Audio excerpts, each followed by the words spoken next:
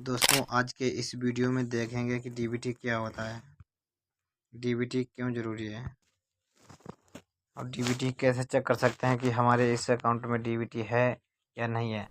अगर डीबीटी नहीं है तो सरकारी पैसा जैसे वृद्धावस्था पेंशन हो गए, विधवा पेंशन हो गए और उसके बाद में जो स्कॉलरशिप हो गए, ये पैसा अगर डीबीटी नहीं है तो डीबीटी नहीं है तो उसके द्वारा पैसा नहीं आएगा। चलिए देखते हैं कि डीबीटी कैसे चेक कर सकते हैं अपने मोबाइल से ही। सबसे पहले हम खोलते हैं यहाँ पर गूगल पे टाइप करते हैं NPCI, जो कि पहले से टाइप है। NPCI पे क्लिक कर देते हैं। क्लिक करने के बाद इस तरीके से इंटरफेस आ जाता है। ओरिजिनल वेबसाइट क्लिक किया जाता है www.npci.org.in पे क्लिक करते हैं। क्लिक करने के बाद इस तरीके से इंटरफेस खोल के आ जाता है हमारे पास। उसमें इस नीचे तरीके से स्क्रॉल करते हैं। वो स्क्रॉल करने के बाद कंज्यूमर पे टैप करते हैं। टैप करने के बाद में यहाँ पे देखते हैं BASE भारत आधार सीडिंग इनेबल। भारत आधार सीडिंग इनेबल पर क्लिक करने के बाद में इस तरीके से इंटरफेस हमारे सामने खुल के आ जाता है।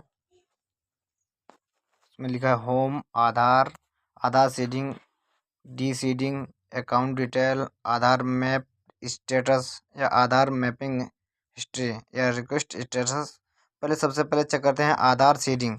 आधार सीडिंग पे क्लिक करते हैं। आधार सीडिंग पे क्लिक करने के बाद में inter your Aadhaar number, request for Aadhaar seeding या डी सीडिंग। तो इसमें क्लिक करते हैं इंटर आधार नंबर अपना क्लिक करते हैं 2152। ये आधार नंबर फिट कर दिया, डाल दिया है हमने। आधार सीडिंग पे क्लिक करते हैं या डी सीडिंग ऐसा होता है कि कोई भी बैंक में आपका अकाउंट खुला है, ठीक है। जैसे SBI हो गया, SBI में आप और आपने बैंक ऑफ बड़ौदा में खाता खुला दिया, तो बैंक आप चाह रहे हो कि बैंक ऑफ बड़ौदा में ही अपना डीबीटी सीडिंग करना चाहते हैं। तो बहुत से बैंक ऑफ बड़ौदा वाले बोलेंगे आपसे पहले कि जाइए पहले डी सीडिंग करा के आइए SBI में। ऐसा नहीं करना है आपको। जैसे कह सकते हो कि डी सीडिंग कराना अनिवार्य नहीं है, तो डायरेक्ट सीडिंग कर सकते हैं। इसके पहले सीडिंग पे क्लिक करते हैं। सीडिंग पे क्लिक करने के बाद में बैंक चूज करना होता है यहाँ पे। तो यहाँ पे बैंक जो भी आपकी बैंक है उस पर क्लिक कर देते हैं। मेरी तो बैंक है, बैंक ऑफ बड़ौदा है, तो मैं अपना बैंक ऑफ बड़ौदा पर क्लिक करता हूँ। बैंक ऑफ बड़ौदा क्लिक करने के बाद में सीडिंग टाइप किस मतलब किस तरीके से आप करना चाहते हैं, चेक करना चाहते हैं। फ्रेश सीडिंग है कि movement same bank with another account.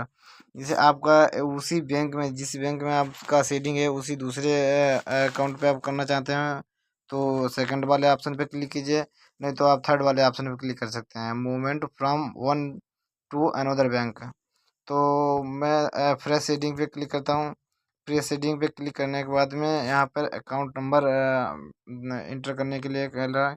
जिस पे आप सीडिंग करना चाहते हैं, आपका पुराने अकाउंट से कोई लेना देना नहीं है। आप जिस अकाउंट में मूव करना चाहते हैं, चेक करना चाहते हैं या ले जाना चाहते हैं डीबीटी, उसी का यहाँ पे अकाउंट नंबर फिल करना है।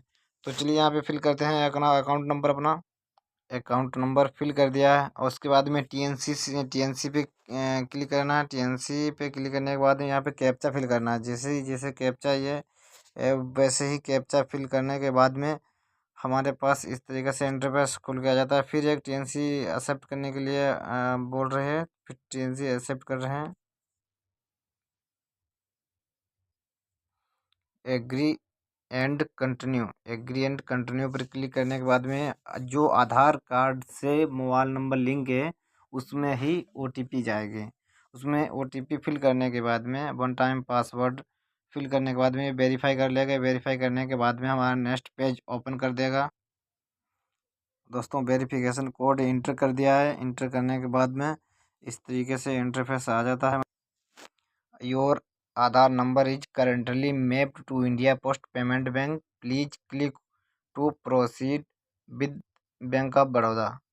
तो कन्फर्म के फिर क्या, अगर ये कह रहा है कि आपका इंडिया पोस्ट पेमेंट बैंक में आधार सीडिंग है और आप अगर बैंक ऑफ बड़ौदा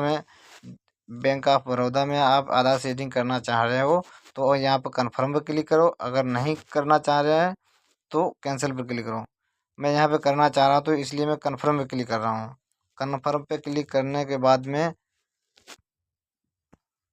तो ये मेरा इंडिया पोस्ट पेमेंट बैंक में पहले से ही इंडिया पोस्ट पेमेंट बैंक में मेरी आधार सीडिंग है, इसलिए उसी में ठीक है, बनी रहने चाहिए।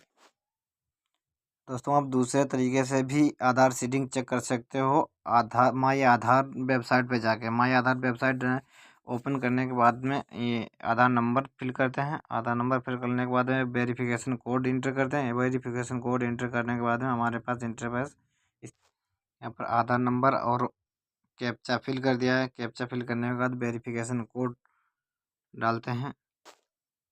दोस्तों यहाँ पर वेरिफिकेशन कोड इंटर कर दिया है।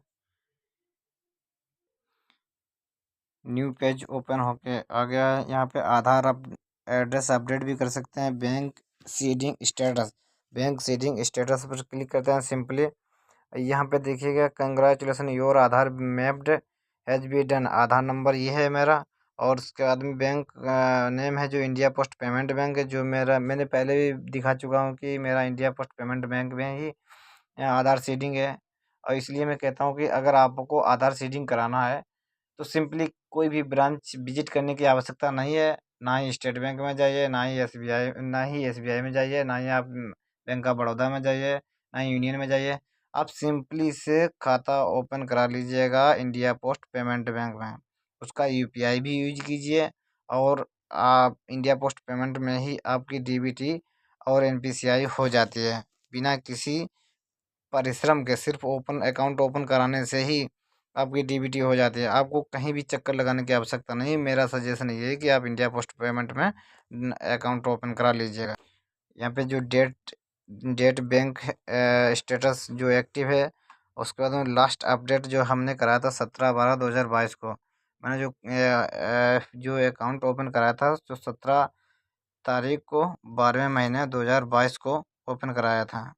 तो इस तरीके से दोस्तों आप देख सकते हो। ज़्यादा इन्फॉर्मेशन जानने के लिए हमारे चैनल को सब्सक्राइब